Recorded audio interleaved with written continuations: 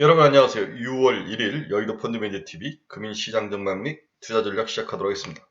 드디어 5월이 푸릇푸릇하고 초록초록했던 5월이 끝나고 이제 본격적으로 여름으로 들어가는 6월이 시작되는 첫날입니다.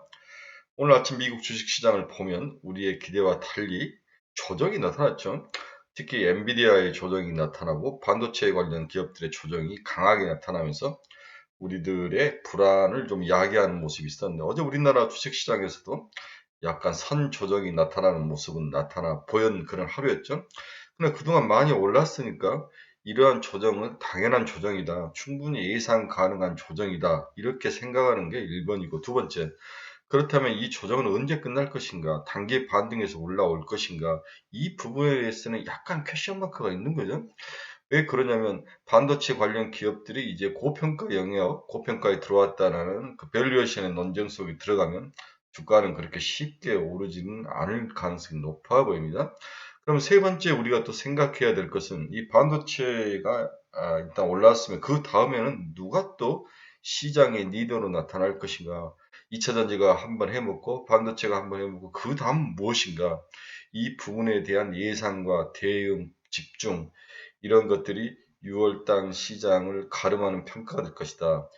가장 두 번째 요인은 이제 금리가 그동안 이제 인상하는 것들을 좀 멈추고 시장 상황이라는 지표를 보면서 그 다음에 스탠스를 가져갈 것이다. 일단은 동결 쪽으로 무게가 실리다가 오늘 졸트 같은 뭐 미국의 고용 관련 지표들을 보면은 아직도 뜨겁고 핫하다. 이거 하나 하고 두 번째 그 속살을 뜯어봤더니 여전히 경기 위축에 대한 그런 연약한 모습들을 숨기고 있더라.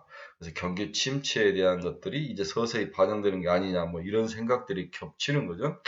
따라서 오늘 고용시장은 겉으로는 좀 우리들에게 충격이었지만 속살을 보면 경기 침체에 대한 이야기를 숨기고 있다.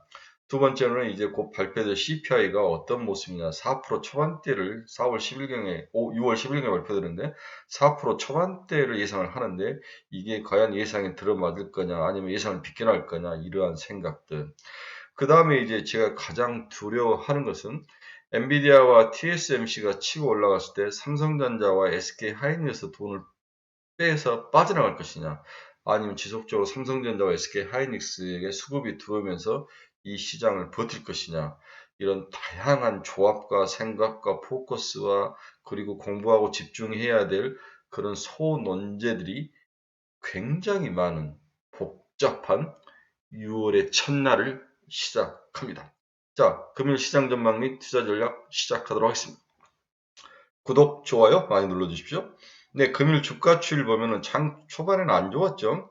그러다가 연준의 부의장이 제퍼슨이라는 분이 동결을 할 것이다. 고용도 저 인플레이션도 낮아지는 건 확실하다. 이렇게 이제 코멘트를 하면서 치고 올라갔는데 막판에 좀 밀리는 더 치고 올라갔어야죠. 나스닥도 막판에 S&P 500이랑 더 살짝 무너지는 그런 모습이 나타나면 다우는 0.41, 나스닥은 0.63, S&P 500은 0.61 이렇게 장이 끝이 났습니다.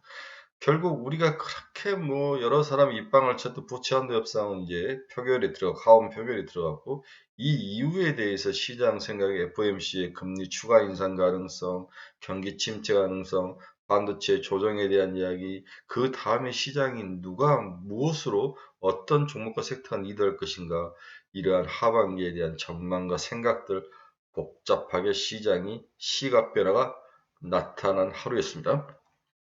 네, 환경TV가 전하는 금일 시장 키포인트 한번 봅시다. 미국 하원 부채한도 협상 투표를 시작했다. 연준이사 필라델피아 연은 6월 금리 동결 가능성을 시사했다. 연준이사와 필라델피아 연은 총재 두 사람이 그렇게 이야기를 했다는 거죠. 미 4월 채용 근거 1,010만 건, 네, 3개월 내 최대다. 이 졸트라는 것은 우리 같은 사람인 이런 그 민간 고용을 하는 그러한 회사들이 발표한 지표죠. 머스크하고 CATL 회장이 회동을 했다. 미 배터리 공장 논의 가능성. 이 부분 굉장히 중요한 기사다라고 저는 오늘 이 기사를 보면서 생각하는데, 머스크하고 CATL이 회동을 했다. 미국의 CATL에 공장을 세울 수 있다. 뭐 간접적으로 세우든 뭘 세우든 오늘 한국 주식시장, 특히 2차 전지 시장에는 부정적으로 작용할 가능성이 높아 보이죠.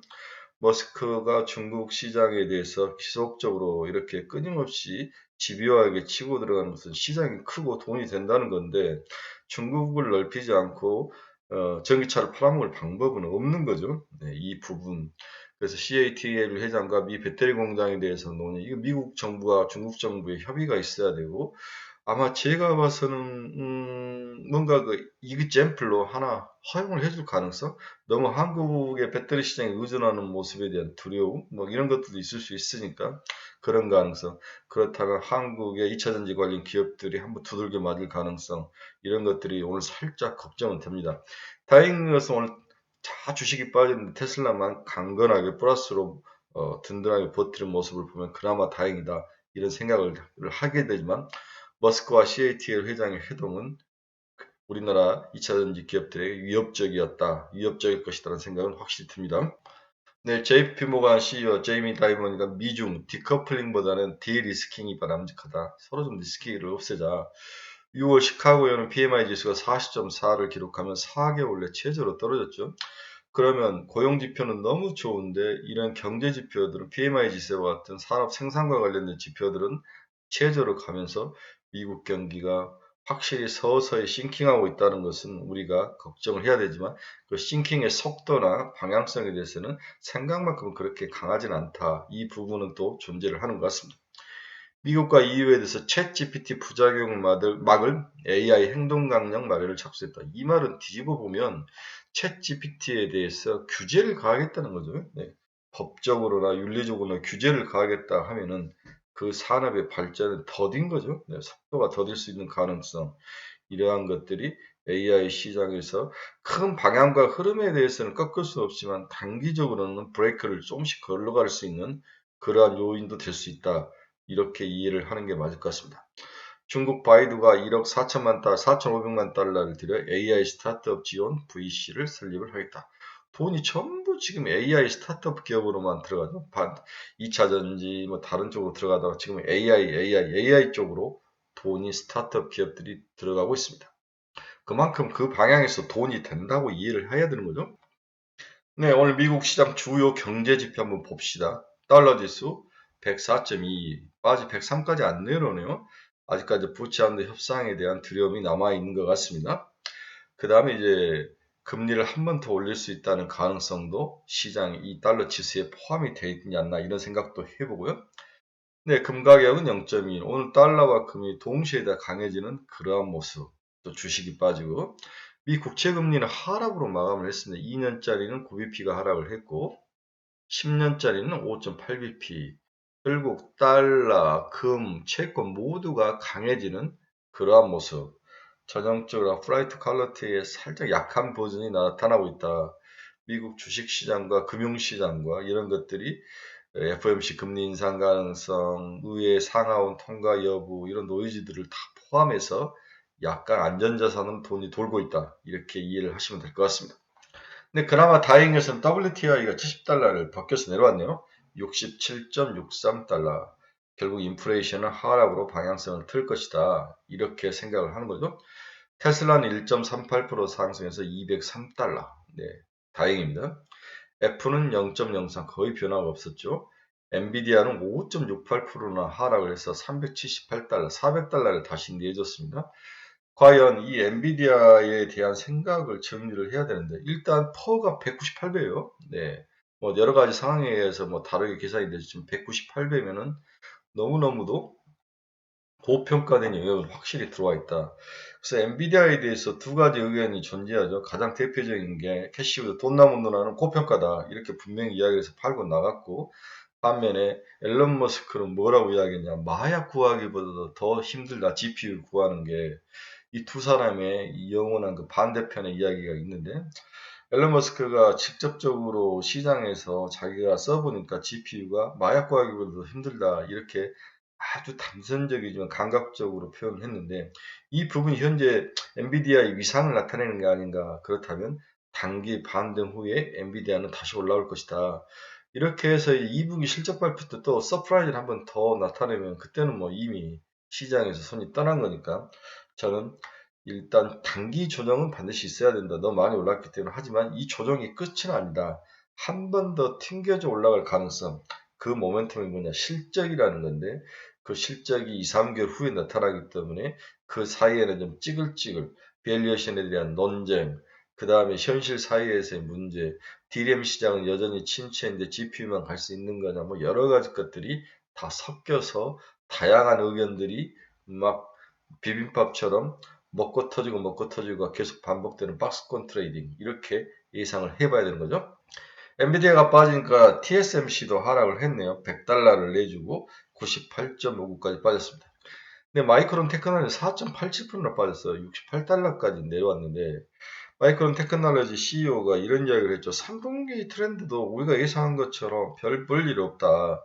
시장에 큰 변동이나 매출이나 영업이익이나 가이던스에 큰 변동이 없다. 여전히 안 좋다는 이야기를 우회적으로 표현을 한 거죠. 그래서 마이크론 테크놀로지는 중국에서의 수출 금지 이런 것들이 섞여 있는데, 부정적인 시각이 당연히 강할 것이고 보수적으로 가이던스를 이야기를 했을 확률이 높아 보입니다. 아직까지도 DRAM 그 자체에서는 변화는 없는 것 같아요. 그러면 GPU를 만드는데 DRAM이 들어가는 게 약 10%밖에 안 들어가는 거거든요. 네. 나머지는 전부 NPU라든지 뭐 이러한 새로운 반도체, 우리 A6라는데 이러한 중형 반도체들이 들어가는데, DRAM과 같은 범용형 반도체가 10%밖에 들어가지 않는데, 이것도 안 들어가면 안 되지만 그렇게 많이 DRAM 시장에서 AI의 수혜를 받는 것은 크지는 않을 것 같다. 뭐 이런 생각도 좀 듭니다. 하지만 확실히 반도체는 꿈틀꿈틀거리면서 일단 50에서 60% 바닥을 치고 올라왔기 때문에 한번 쉬어가야 되는 것은 동의를 해야 된다. 이렇게 이해를 해야 될 것 같습니다. 마이크론 테크놀로지의 불행은 삼성전자와 하이닉스의 행복이다. 이렇게 뒤집어 볼 수도 있는 거죠. 메타 플랫폼스는 0.84% 상승하면 264달러. 노블록스는 5.73% 상승하면 41달러. 오늘은 또 오히려 메타 쪽이 좋은 모습이 나타나고 있네요. 오나가나 이 메타 정말 머리 아프네요. 네, 정말 어떻게 해야 될지 정말 모를 그런 상황인 것 같습니다. 네, 비트코인 한번 봅시다. 27,100달러. 어제 27,600달러였는데 다시 내려오는 조정을 받는 그러한 모습이 나타났습니다. 자, 6월이 됐습니다. 그래서 간단하게 6월의 시장 전망을 해보면 반도체 그 이후 뭐가 시장을 끌고 갈 것이냐, 아니면 반도체가 지속적으로 시장을 끌고 갈 것이냐, 이 질문이 가장 중요한 1번의 질문. 2번의 질문, 부채 협상 이후 시장을 지배할 경제 지표상의 문제 뭐가 있을까? 경기 침체일까? 뭐 이런 생각들. 다음에 금리 동결인데 이게 이제 그 이후에는 어떤 스탠스를 취할 것인가. 저는 금리 동결이라고 보는데 이건 확실할 것 같아요. 그 이후에는 과연 어떤 스탠스를 취할 것인가, 언제 금리를 내릴 것인가, 그 가능성이 올해 안에 이루어질 것인가, 이런 쪽의 문제들, 이러한 것들이 섞여서 굉장히 어려운 시장이 여름 썸머넬리 시장에 다가왔다. 이렇게 생각을 해야 되는 거죠. 새로운 시장의 리더군이 생겨야 시장이 2600을 뚫고 올라갈 것으로 예상이 되는데, 반도체 그 이후, 그 다음에 부채 협상 그 이후, 금리 동결 그 이후, 이 영원한 세계의 숙제를 안고 6월 주식시장이 출발을 할 것 같습니다. 자, 이걸 좀 더 미시적으로 한번 짚어서 더 좁혀서 이야기를 해보면, 글로벌 경기와 금융시장은 유동성이라는 그러한 한 측면, 삼각편대를 문제를 일으키는데, 유동성이라는 한 측면, 기술 혁신 붐이라는 한 측면, 그 다음에 부채 리스크의 한 측면, 이 세 가지 삼각편대로 이렇게 삼각형을 이루다가, 정삼각형을 이루다가 방향성이 몰리면서 이등병 삼각형이 되고 찌그러진 삼각형이 될 수도 있다는 거죠. 유동성과 기술 혁신의 붐과 부채 리스크의 틀, 이 안에서 움직인다, 이 이야기를 하는데, 미 연중 등 주요 중앙은행의 긴축 정책이 지난해부터 공격적으로 추진됐지만, 글로벌 경기와 금융시장은 여전히 유동성이 좋고 기술 혁신이 지속적으로 나타나면서 기술주를 중심으로 주가를 끌어올리고 있고, 한편으로는 이제 부채 리스크가 서서히 나타나면서 새로운 리스크, 기업의 디폴트 리스크, 이러한 리스크들이 시장을 위협할 것 같다. 이 삼각편대가 시장을 지배할 것으로 판단이 되고 있습니다. 우선 유동성 측면에서 미국이 여러 가지로 긴축 기조, 유로존으로 올라갔는데 통화 증가율은 두 나라는 축소됐지만 반대로 푸는 나라가 있었다는 거죠. 일본, 중국의 통화 증가율은 재차 증가하는 등 글로벌 유동성이 우려한 만큼 축소되지 않았다. 이 부분이 중요한 현재 주식시장을 떠받치고 있는 하나의 큰 삼각형 중에 하나라는 거죠. 실제로 글로벌 유동성은 소폭 축소 이후 횡보 추세를 보이고 있다. 생각만큼 미국과 유로존의 돈 옥죄기가 성공하지 못했다는 거죠. 더욱이 엔화 약세에 기댄 엔캐리 트레이드 및 중국 지준율 혹은 금리 인하 가능성과 함께 미국을 유시한 주요국의 긴축 사이클 마무리로 글로벌 유동성 흐름이 재차 증가할 가능성도 배제할 수가 없다. 이건 이제 주식시장에는 굉장히 호재죠. 돈이 많이 풀려 있다는 것은 중요한 삼각형의 한 측면을 이야기를 하고 있습니다. 그래서 유동성을 다시 한번 정리해보면 공격적인 금리 인상 사이클과 미국과 유로의 통화 증가에는 급격히 둔화되고 있지만 일본 통화 증가율은 코로나19 이전으로 회귀한 수준이며 중국의 통화 증가율은 오히려 상승 중에 있다. 따라서 희석이 됐다는 거죠. 국가별로 유동성 흐름에 차별화 현상이 나타나고 있다. 그래서 유동성은 생각만큼 글로벌 유동성은 줄지 않을 것이다. 결국 이 돈들이 현재 주식시장으로 흘러들어와서 주식시장을 끌어올리고 있다. 이렇게 이해를 해야 되는 거죠. 자, 미국은 통화 증가율이 마이너스로 가버렸죠. 유로도 거의 마이너스로 와는 모습을 나타냈고, 일본도 하락을 했지만은 결국 과거에 통화 증가율은 코로나 이전 수준에 머물러 있으니까 추가로 더 하락을 하지 않고 있는 거죠. 반면에 중국은 올라가 있는 모습, 각 국가들의 다른 통화 증가율의 모습을 보이면서 유로와 미국이 줄였던 것을 일본과 중국이 펼치는 그러한 모습으로 결국 이 맛도 아니고 저 맛도 아닌 상황이 유동성 측면에서는 글로벌 시장에서는 펼쳐지고 있다. 두 번째는 제가 가장 중요하고 가장 역설하고 있는 게 기술 혁신 사이클이 미국 경제와 산업 패러다임을 전환시키고 있는데 가장 여기에 수혜를 받는 기업들이 미국 기업이었다는 거죠. 다시 한번 기술 혁신 사이클이 미국 경제와 산업의 패러다임을 전환시키고 있고 이게 미국의 빅테크 기업들이 가장 세계적으로 리더의 역할로 잘하고 있다. 그게 엔비디아라는 거죠. 그렇죠? 네. 유형자산 설비 투자는 좀 하락을 했지만 이 파란색 반대로 무형자산, 지식재산권과 생산물 투자 이 주황색은 올라가는 모습. 그만큼 미국의 R&D나 새로운 미래의 4차 산업에 대해서 가장 대비를 잘하고 여기에 새로운 것들이 막 생솟음 치면서 결국은 주식시장에 제일 좋은 것은 새로운 거 아니고 뉴 테크놀로지 이것들을 제일 잘하는 나라가 미국이다. 그래서 미국의 주식이 꺾이지 않고 있다. 이게 제가 가장 좋아하는 모습이고 그 떡고물이 한국에 떨어지고 있다. 한국이 주식이 빠지지 않고 잘 버티고 있는 이유 중에 하나이다. 이렇게 이야기하고 있는데 6월에도 이러한 흐름이 어떤 모습으로 변화할지가 가장 중요한 핵심 투자 포인트고 키 체크이다. 너무 선반영돼서 많이 올라왔는데 이 선반영을 지속적으로 끌고 올라갈 것인지 아니면 선반영된 이후로 실질적으로 기업들의 실적을 깠더니 숫자적으로 증명이 안 된다면 다시 빠질 가능성에 대해서도 양수, 양면을 다 봐야 된다. 이 생각을 하는 거죠. 결국 미국 경제는 기술 혁신을 통해 성장과 글로벌 패권 두 마리 토끼를 다 잡아왔다. 이게 이제 미국의 기술 패권을 잡는 그 과정을 이야기한 거죠. 네.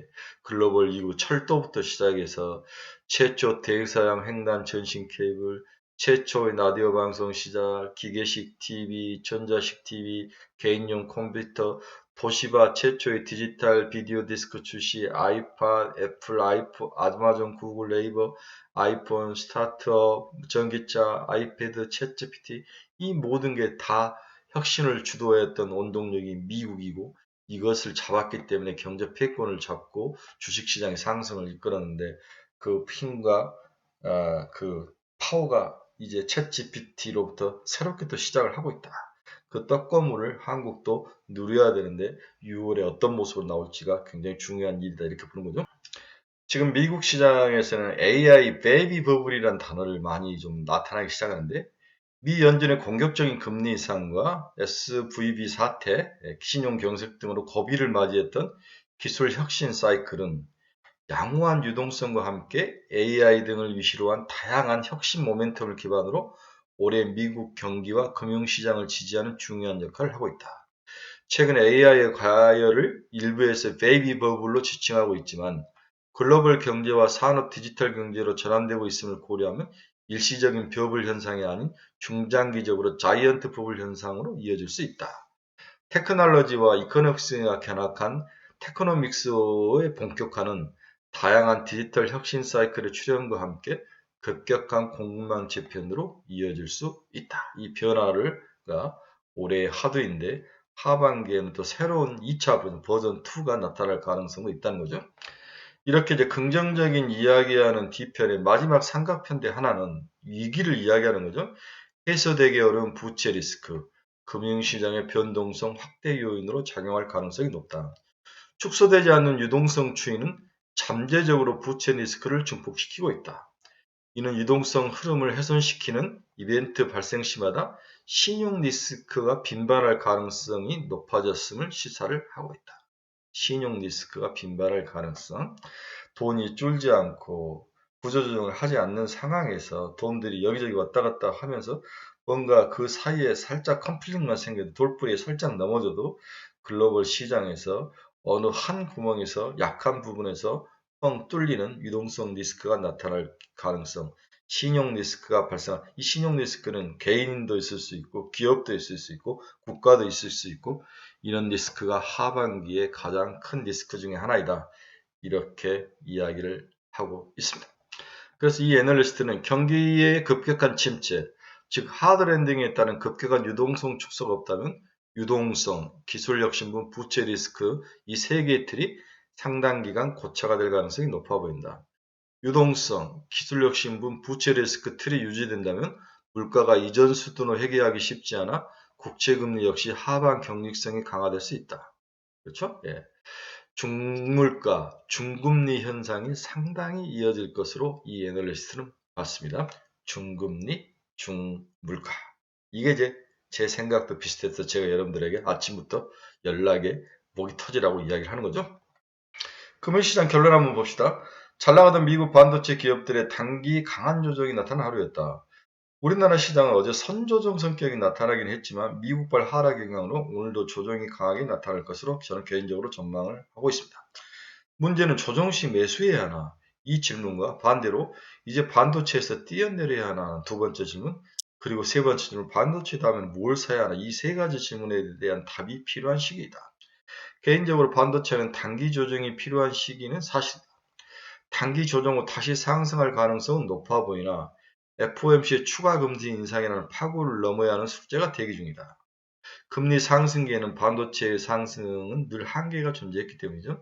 따라서 FOMC에서 금리 인상이 멈추고 그리고 기업들의 실적이 여전히 AI를 중심으로 엔비디아가 리딩을 하면서 다시 상승을 한다면 충분히 8만전자 12만 닉스는 가능하다.